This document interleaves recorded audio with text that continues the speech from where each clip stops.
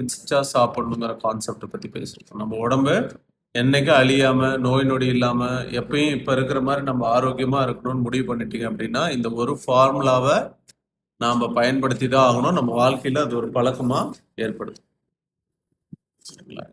இந்த பசிங்கிறது ஒரு சிலருக்கு வரம், ஒரு சிலவங்களுக்கு சாபம். யாருக்கு வரமா இருக்கும்னா உழைக்கிறவனுக்கு வரம், உழைக்காதவனுக்கு சாபம். சரிங்களா? அதுல இது ஒரு விளையாட்டு மாதிரி. உழைக்கிறவனுக்கு பசிக்காது, உழைக்காம உட்காந்துருக்கிற சோம்பேறிக்கு நல்லா பசிக்கும். நீங்க நல்லா கவனிச்சு பாருங்க. நீங்க எப்ப ரெஸ்ட்ல இருக்கீங்களோ அப்பதான் அதிகமா சாப்பிடுவோம், அதிகமா வெயிட் போடுவோம். இப்ப லைக் யாராவது அடிபட்டு இருந்தாங்கன்னா கவனிச்சு பாருங்க. ஒரு 6 மாசம் எந்த உழைப்பும் இல்லாம இருந்துட்டு வந்தாங்க அப்படின்னா நல்லா வெயிட் போட்டிருப்பாங்க. ஏன்னா நீங்க ரெஸ்ட் உழைக்காம இருக்கும்போது தான் அதிகமா கிரேவிங் சென்ஸ், எதையாவது குறிச்சுக்கிட்டே இருக்கணுங்கிற அந்த சென்ஸ் வந்து அப்பதான் அதிகமாகும். அதே நீங்க வேலை செய்யும் போது கவனிச்சீங்கன்னா நல்ல மூச்சு காத்து அதிகமா நம்ம வாங்குவோம். இப்போ ஒரு மலை ஏறுறோம் இல்லை வந்து தொடர்ந்து வாக்கிங் போறோம் அப்படின்னா நல்ல மூச்சு காத்து அதிகமா வாங்குறதுனால உணவுல இருந்து கிடைக்கக்கூடிய ஆற்றல் நமக்கு தேவைப்படாது.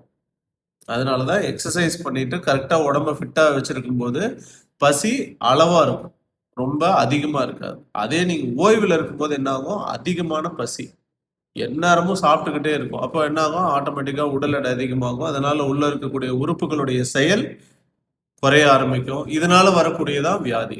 ஒரு மனுஷனுக்கு வியாதி எப்படி அதிகமாகுதுன்னு புரியுதுங்களா? அப்ப கேம் புரிஞ்சுதா? உழைச்சா அளவாதான் பசிக்கும், உழைக்காம உட்கார்ந்துட்டோம்னா தான் அதிகமா பசிக்கும் அப்படிங்கிற இந்த ஃபார்முலா புரிஞ்சிருச்சு அப்படின்னா உழைப்பை கொடுத்துக்கிட்டே இருக்க பசிக்கணும். பசிக்கிற வரைக்கும் எப்ப சார் பசி எடுக்கும் அப்படின்னா தசைகள் நல்ல வேலை செஞ்சிருந்ததுன்னா சீக்கிரமா பசி எடுக்கும்.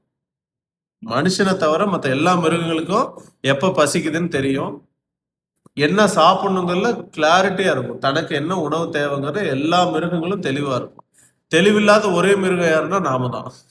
நமக்கு தான் யாரோ ஒருத்தன் அசிஸ்ட் பண்ணிக்கிட்டே இருக்கணும். நீ அதை சாப்பிடு, நீ ஓட்ஸ் கஞ்சி சாப்பிடு, மில்க் ஷேக் குடி, ஒன்று ஊட்டிக்கிட்டே இருக்கணும் ஒருத்தன் உட்காந்துக்கிட்டு. ஆனா மற்ற எல்லா குதிரைக்கு என்ன சாப்பிடணும்னு தெரியும், புல்லும் கொள்ளும் போட்டா அதுக்கு போதும். கோழி என்ன சாப்பிடணும்னு அதுக்கு தெளிவா இருக்கும். யானை என்ன சாப்பிடணும்னு அது தெளிவா இருக்கும். என்ன பசிச்சாலும் அது போய் மட்டன் சுக்கா சாப்பிட போறது இல்லை.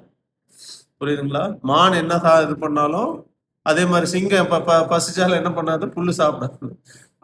அதுக்கு பசி இல்லைன்னா அது முன்னாடி மான் போனாலும் நீங்க வீடியோஸ் எல்லாம் பார்த்துருக்கலாம். அதுக்கு பசி இல்லைன்னா முன்னாடி மான் போனாலும் அது வேட்டையாடாது. பசி ஆயிடுச்சுன்னா மான் எங்க இருந்தாலும் போய் தேடி வேட்டையாடணும். இந்த ஃபார்முலாவை தான் ஆஸ் அ ஹியூமன் நம்ம ஃபாலோ பண்ணணும். நமக்கு பசி இல்லாதப்ப அப்பதான் வெறுப்பேற்றுவாங்க. கொண்டு வந்து அப்பதான் ஒரு 7-8 டிஷ்ஷு கொண்டு வந்து அப்படியே வாசனையா மூக்கு முன்னாடி வைப்பாங்க.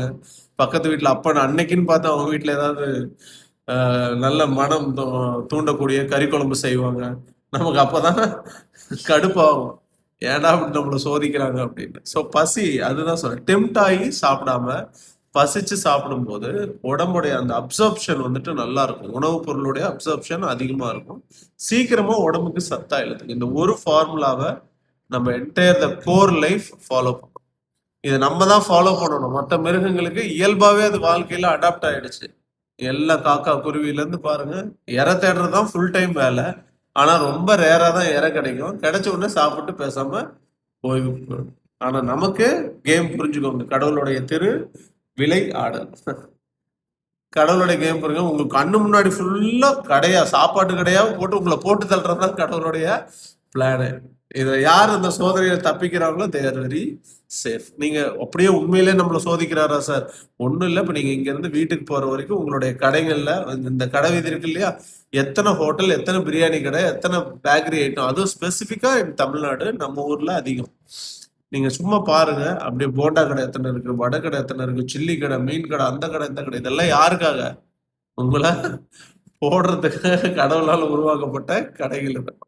அதனால டெம்ட் ஆகி சாப்பிட்டாங்க, பசிச்சு சாப்பிடணும் அப்படிங்கிற இந்த ஒரு ஹேபிட்டா கோர் லைஃப். சரி, பசிச்சாச்சு, சாப்பிடும்போது எப்படி சாப்பிட சொல்லிருங்க, என்ஜாய் பண்ணி சாப்பிடுங்கன்னு சொல்லுங்க. மென்னு சாப்பிடுங்க, சூ பண்ணி சாப்பிடுங்க. இந்த அறிவியல் ரீதியா சொன்னா நமக்கு மனசு ஏத்துக்காது. ஏன்னா நம்ம எல்லாம் மனசுக்காக வாழ்றவங்கள ஒழிய யாரும் அறிவால வாழ்றவங்க கிடையாது. சாப்பாடுங்கிறது என்னது, பிடிச்சுதான் சாப்பிட்றோம் ஒழிய சயின்டிபிக்காவா சாப்பிட்றோம். சாப்பாடு அழகா இருக்கு, இன்னைக்கு டேஸ்டா இருக்கு, அதுதான். அப்ப அதனாலதான் நான் சொல்றேன், you have to enjoy your food. எப்படி சார் என்ஜாய் பண்ண முடியும்? அதை மெதுவா ருசிச்சோம்னா தான் என்ஜாய் பண்ண முடியும். வேக வேகமா முழுங்கினோம்னா அதுல சாட்டிஸ்ஃபைட் ஆக மாட்டோம். அப்ப அதிகமா சாப்பிட்டுக்கிட்டே இருப்போம், நிறைவடைய மாட்டோம். அதனாலதான் அந்த ஹேபிட்டும் நம்ம சொன்னது. அதனால இந்த 2 விஷயத்த அப்படியே நம்ம லைஃபோடைய கோரா கொண்டு வந்தோம்.